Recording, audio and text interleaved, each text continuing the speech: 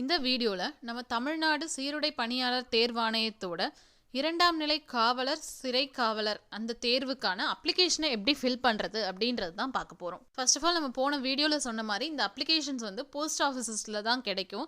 அந்த அப்ளிகேஷனை நீங்கள் ஃபஸ்ட்டு 30 ரூபாய் கட்டி வாங்கிக்கணும். 30 ரூபாயை கட்டி அப்ளிகேஷனை வாங்கிட்டு அப்ளிகேஷன் வாங்கும்போது இன்னொரு 135 ரூபாய் சேர்த்து கட்டினீங்கன்னா அவங்க அதுக்கு வந்து உங்களுக்கு ஒரு ரசீது மாதிரி கொடுப்பாங்க. அது வந்து சின்னதாக அதுக்கு பின்னாடி இருக்கிறத எடுத்துகிட்டு நம்ம லேபிள் மாதிரி பேஸ்ட் பண்ணுற மாதிரி இருக்கும். அந்த ரசீதை உங்கள் அப்ளிகேஷன் ஃபார்மில் நீங்கள் ஒட்டணும். இப்போ அப்ளிகேஷன் ஃபார்மை எப்படி ஃபில் பண்ணணும், அதை எங்கே ஒட்டணும் அப்படின்றதெல்லாம் தான் நம்ம 1 by 1 பார்க்க போகிறோம். முதல்ல முக்கியமான விஷயம் என்ன அப்படின்னா, நீங்கள் உங்கள் அப்ளிகேஷன் ஃபார்மை ப்ளூ இல்லாட்டி பிளாக் பால் பாயிண்ட் பென்னால் தான் ஃபில் பண்ணணும். அதை தவிர வேறு எதையும் யூஸ் பண்ணக்கூடாது. இந்த அப்ளிகேஷன் ஃபார்மில் ஃபஸ்ட்டு உங்கள் பேர் தான் ஃபில் பண்ணணும். உங்கள் பேரை ஃபில் பண்ணும்போது எப்போதுமே உங்களோட இனிஷியலை வந்து லாஸ்ட்டாக தான் போடணும். இங்கே பாருங்கள், ஃபஸ்ட்டு பாக்ஸஸ் கொடுத்துருக்காங்க. அந்த பாக்ஸில் வந்து உங்கள் நேமை ஃபில் பண்ணிவிட்டு, அதாவது ஒவ்வொரு பாக்ஸுக்கும் ஒரு லெட்டர் தான் எழுதணும். அந்த மாதிரி எழுதி உங்கள் பேரை முதல்ல எழுதிட்டு அதுக்கப்புறம் ஒரு பாக்ஸை விட்டுட்டு அதுக்கு அடுத்த பாக்ஸில் தான் உங்களோட இனிஷியலாக போடணும். இப்போ அதில் எக்ஸாம்பிள் பாருங்கள், சந்தோஷ்குமார்ன்ற பேரை எக்ஸாம்பிளாக எடுத்து கொடுத்துருக்காங்க. இப்போ சந்தோஷ்குமார் அவங்க வந்து சந்தோஷ்க்கும் குமாருக்கு இடையில ஸ்பேஸ் விட்டு எழுதுவாங்க. அதனால் இடையில வந்து ஒரு பிளாங்க் பாக்ஸ் விட்டுருக்காங்க. இதே சந்தோஷ்குமார்ன்ற பேரை வந்து சேர்த்து எழுதுறவங்களா இருந்தால் இடையில அந்த பாக்ஸ் விட தேவையில்லை. பேரை எழுதி முடித்ததும் ஞாபகமாக கடைசியில் தான் இனிஷியல் போடணும். ஒரு பாக்ஸ் வந்து பிளாங்காக விட்டுட்டு அதுக்கப்புறம் போடணும். இப்போ நீங்கள் இந்த ஒவ்வொரு பாக்ஸ்லேயும் என்ன லெட்டர் எழுதியிருக்கீங்களோ அந்த கரஸ்பாண்டிங் லெட்டரை அதுக்கு நேராக இருக்கிறதுல வந்து ஷேட் பண்ணணும். அப்படி ஷேட் பண்ணும்போது இந்த படத்தில் காமிச்சிருக்கிற மாதிரி நல்லா ஃபுல்லாக ஸ்கொயராக ஷேட் பண்ணணும். அப்போ தான் உங்கள் அப்ளிகேஷன் ஃபார்மே வேலிட் ஆகும். பாயிண்டில் பாருங்கள், தேர்வு குறியீடு எண் அப்படின்னு சொல்லிட்டு கொடுத்துருக்காங்க. இதில் இந்த தேர்வுக்கான குறியீட்டு எண் என்னென்னா 1. அந்த 1ன்றது ஆல்ரெடி அந்த பாக்ஸில் பிரிண்ட் ஆகிருக்கும். நீங்கள் ஜஸ்ட் அந்த 1 வந்து ஷேட் பண்ணால் மட்டும் போதும். தேர்ட் பாயிண்ட் பாருங்கள், இதுதான் நீங்கள் ரொம்ப கேர்ஃபுல்லாக பார்க்கணும். இது என்னென்னா விளம்பர எண் அப்படின்னா அதாவது நம்ம அட்வர்டைஸ்மெண்ட் நம்பர். இப்போ அது என்ன இருக்குன்னா, அந்த பாக்ஸில் வந்து 116ன்னு பிரிண்ட் ஆகிருக்கும். ஆக்சுவலாக 116ன்றது தப்பு. நம்மளோட அட்வர்டைஸ்மெண்ட் நம்பர் 117. அதனால நீங்கள் வந்து 117 தான் ஷேட் பண்ணணும். ஸோ மறக்காமல் கரெக்டாக 117 ஷேட் பண்ணுங்கள். ஃபோர்த் ஒன் பாருங்கள், தேர்வு மைய குறியீடு அப்படின்னு கேட்டிருக்காங்க. அதாவது உங்களோட எக்ஸாமினேஷன் சென்டர், நீங்கள் எங்கே போய் எக்ஸாம் எழுத போகிறீங்க அப்படின்றத நீங்கள் தான் இதில் சூஸ் பண்ண போகிறீங்க. இது என்னென்னா அனெக்ஷர் 1ல் வந்து லிஸ்ட் ஆஃப் சென்டர்ஸ் வந்து கொடுத்துருப்பாங்க. அதாவது எந்தெந்த ஊரில் எக்ஸாம் நடக்குது அப்படின்னு சொல்லிட்டு அனெக்ஷர் 1ல் கொடுத்துருப்பாங்க. அதை பார்த்து நீங்கள் எந்த ஊரில் போய் எக்ஸாம் எழுதணும்னு நினைக்கிறீங்களோ அதுக்கான கரஸ்பாண்டிங் கோட் நம்பர் என்ன அப்படின்றத பார்த்து இங்கே எழுதிட்டு ஷேட் பண்ணணும். எக்ஸாமினேஷன் சென்டர்ஸ் வந்து இந்த ஸ்லைடில் இருக்குது. இப்போ அதில் பாருங்கள், ஃபார் எக்ஸாம்பிள் இப்போ சென்னையை வந்து நீங்கள் எக்ஸாமினேஷன் சென்டராக சூஸ் பண்ணீங்க அப்படின்னா அதோட கோட் வந்து 01. ஸோ 01 எழுதிட்டு அதை வந்து ஷேட் பண்ணிடணும். 5th ஒன் பாருங்கள், மதம். நீங்கள் எந்த மதத்தை சேர்ந்தவர் அப்படின்றத இதில் கொடுக்கணும். இதில் பாருங்கள், ஹிந்து, முஸ்லீம், கிறிஸ்டியன் அண்ட் அதர்ஸ் அப்படின்னு சொல்லிட்டு 1 2 3 4 4 கோட் நம்பர்ஸ் போட்டிருக்கு. நீங்கள் எந்த மதமோ அந்த கரஸ்பாண்டிங் கோடை எழுதிட்டு மறக்காமல் ஷேடும் பண்ணிவிடுங்க. 6th ஒன் பாருங்கள், வகுப்பு. அதாவது நீங்கள் எந்த கம்யூனிட்டியை சார்ந்தவர் அப்படின்றத பார்த்து அதுக்கு நேராக அங்கே வந்து ஷேட் பண்ணணும். ஷேட் பண்ணிவிட்டு அந்த நம்பரை மேலே பாக்ஸில் எடுத்து எழுதணும். இப்போ எக்ஸாம்பிள் பாருங்கள், நீங்கள் எம்பிசியை சேர்ந்தவராக இருந்தால் அந்த 4 ஷேட் பண்ணிவிட்டு அந்த 4 மேலே எழுதியிருக்காங்க பாருங்கள். அடுத்து 7th ஒன்னில் வந்து உட்பிரிவு பட்டியல் எண் அப்படின்னு சொல்லி கேட்டிருக்காங்க. அதாவது உங்கள் சப்காஸ்ட் என்ன அப்படின்னு சொல்லிட்டு நீங்கள் இதில் பார்க்கணும். அனெக்ஷர் 2ல் வந்து சப்காஸ்ட் லிஸ்ட் கொடுத்துருக்காங்க.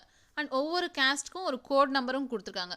ஸோ உங்கள் கேஸ்ட் எங்கே இருக்குன்னு நீங்கள் அதில் கண்டுபிடிச்சிட்டு அதுக்கு என்ன கரஸ்பாண்டிங் கோட் நம்பரோ அதை இங்கே கொண்டு வந்து எழுதி ஷேட் பண்ணணும். இப்போ எக்ஸாம்பிள் என்ன கொடுத்துருக்காங்க பாருங்கள், இன்கேஸ் தொண்டைமான் பிரிவை சேர்ந்தவங்களாக இருந்தால் அவங்களுக்கு கோட் நம்பர் வந்து 036.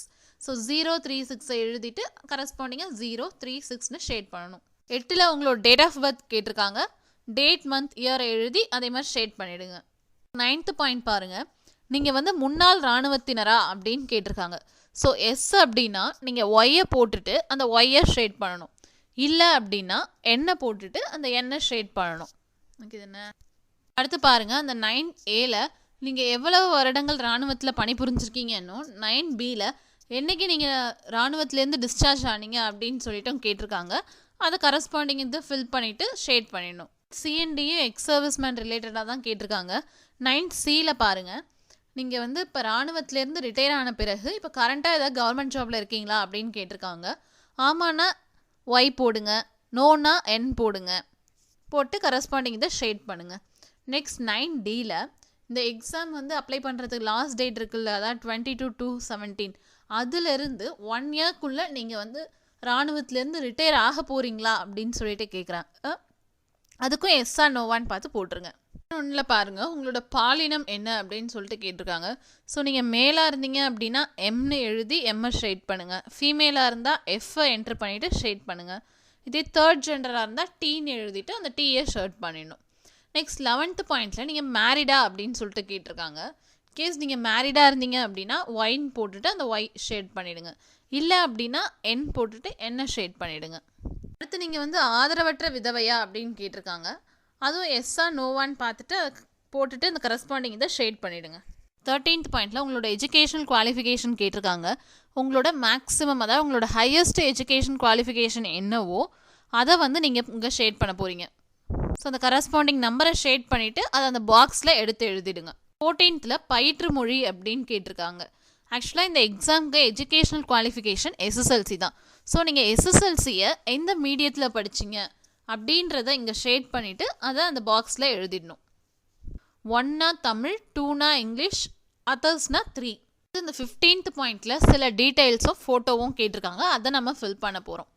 ஃபர்ஸ்ட் வந்து உங்களோட அட்ரஸ் எழுதணும். இதில் என்ன ஒரு முக்கியமான விஷயம் அப்படின்னா, இங்கே நீங்கள் வந்து எல்லாத்தையும் கேபிட்டல் லெட்டர்ஸில் தான் எழுதணும். ஓகேவா? ஸோ உங்கள் அட்ரஸை தெளிவாக எழுதிட்டு அதுக்கடுத்து கீழே பார்த்தீங்கன்னா உங்களோட ஃபாதர்ஸ் நேம் இல்லாட்டி மதர்ஸ் நேம் கேட்குறாங்க, அதை எழுதிடணும். இன்கேஸ் நீங்கள் மேரிட் விமனாக இருந்தீங்கன்னா உங்களோட ஹஸ்பண்ட் நேமே எழுதணும். அதுக்கப்புறம் நீங்கள் எந்த இடத்துல பிறந்தீங்க, நீங்கள் எந்த டிஸ்ட்ரிக்டை சார்ந்தவர் அப்படின்றத எழுதணும். அதுக்கப்புறம் உங்கள் நேஷ்னாலிட்டி, உங்களோட மதர் டங் எல்லாத்தையும் ஃபில் பண்ணிடணும். அப்படியே சைடில் வந்து பாஸ்போர்ட் சைஸ் ஃபோட்டோ கேட்டிருக்காங்க, அதை அங்கே ஒட்டிடணும். நீங்கள் ஃபோட்டோவை ஒட்டும் போது ஃபோட்டோவோட பேக் சைடில் உங்களோட பேரையும் அப்ளிகேஷன் நம்பரையும் எழுதி ஒட்டணும். 16th பாயிண்ட்டில் பதவி முன்னுரிமை அப்படின்னு சொல்லிட்டு கொடுத்துருக்காங்க.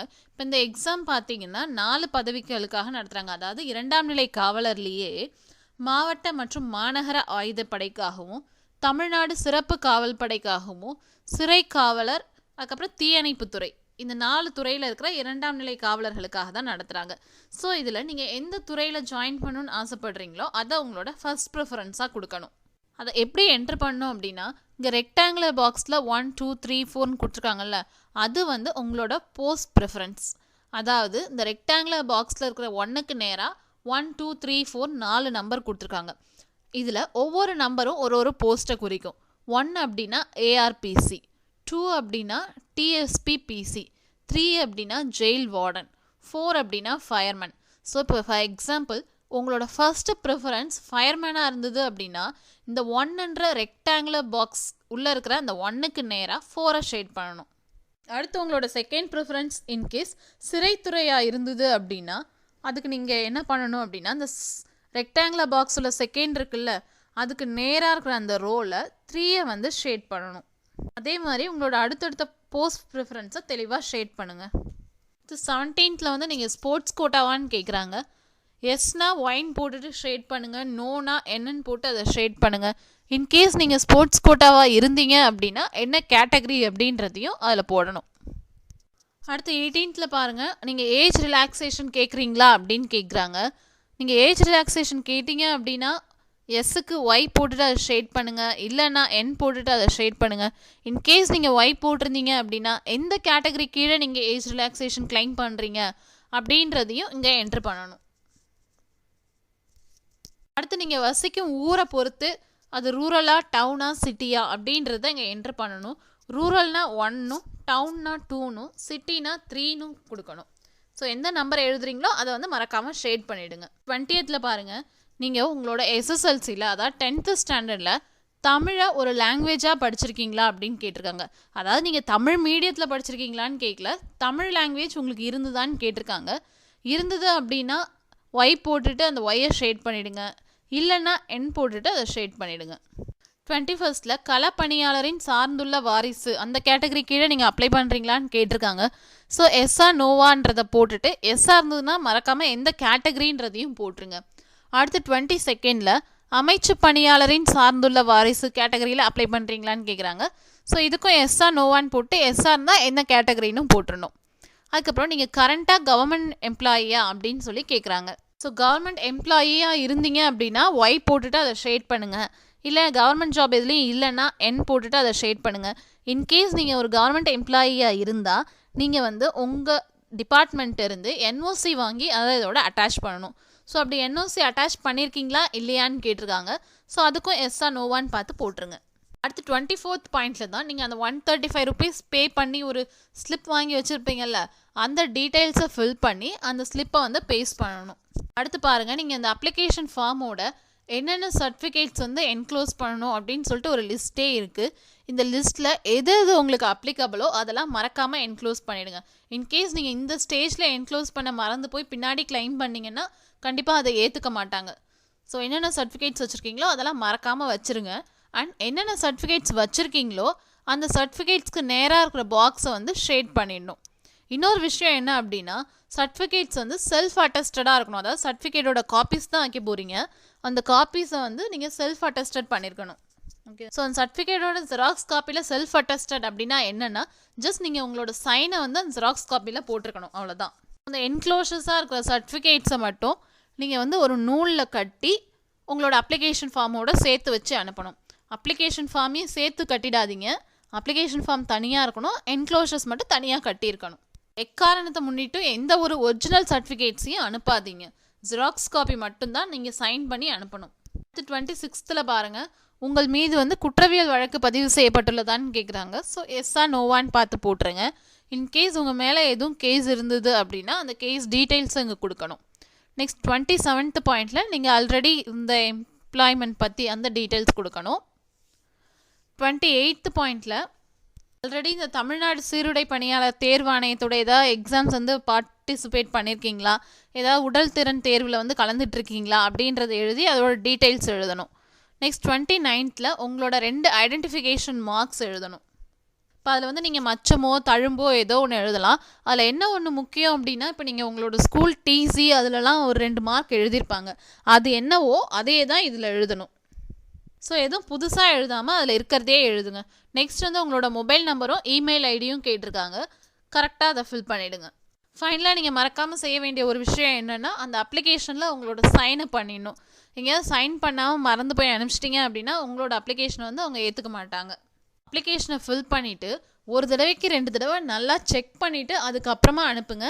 அதேமாதிரி லிஸ்ட் ஆஃப் என்க்ளோஷர்ஸ் வந்து கரெக்டாக வச்சுருக்கீங்களா, வச்சதெல்லாம் ப்ராப்பராக ஷேட் பண்ணியிருக்கீங்களா அப்படின்னும் செக் பண்ணிக்கோங்க. ஸோ கரெக்டாக அப்ளை பண்ணி எக்ஸாம் நல்லா எழுதுங்க.